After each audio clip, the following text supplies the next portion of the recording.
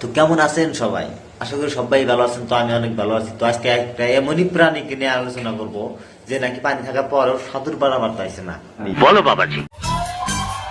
তো গাইস, এই হলো চুতিয়া, যে নাকি তার নিজের মেয়ের সাথেও ন্যাকামি করে।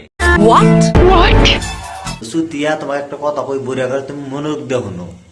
তুমি অফলাইনে তোমার মেয়ের সাথে পোত মারা করো না বলে তুমি ন্যাকামি করো, ওটা তোমার ব্যক্তিগত ব্যাপার, বোকাসুদা।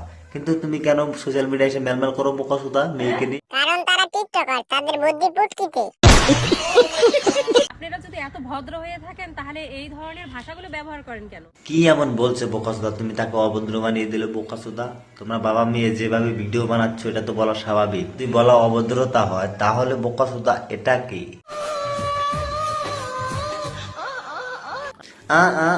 এটা আবার তোমার কোন ধরনের ন্যাকামি বোকাসুদা?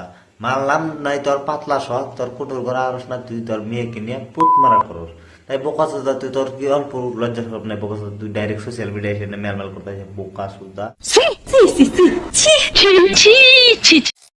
লম্বা ছেলে চাই, তার একটা কারণ আছে। কারণ যেটাই হোক আপু, কিন্তু লম্বা ছেলে তো একটাই আছে, সেটা হচ্ছে আমাদের জনি দাদা।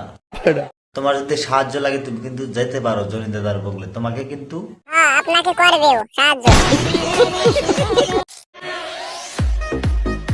এরা কিন্তু বাবা মেয়ে এইভাবে নষ্টামি করে, এরা কিন্তু বাবা মেয়ের সম্পর্কটা এরা কিন্তু নষ্ট করতেছে। আমি কিন্তু এখনো শিওর না এরা বাবা মেয়ে, কারণ বাবা মেয়ে কখনো এইভাবে নষ্টামি করতে পারে না। ঠিক বলেছো, তুমি ঠিক তো দাও কেন?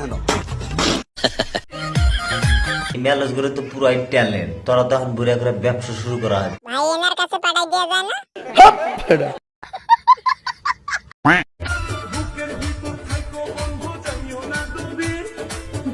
তগর না নেকামে দেখা ডাইরেক্ট এখন তো আমার মনে হইতেছে যে স্যান্ডেল খুলে ঘুমায় তখন মুখের মধ্যে মারি ব্যাঞ্চত।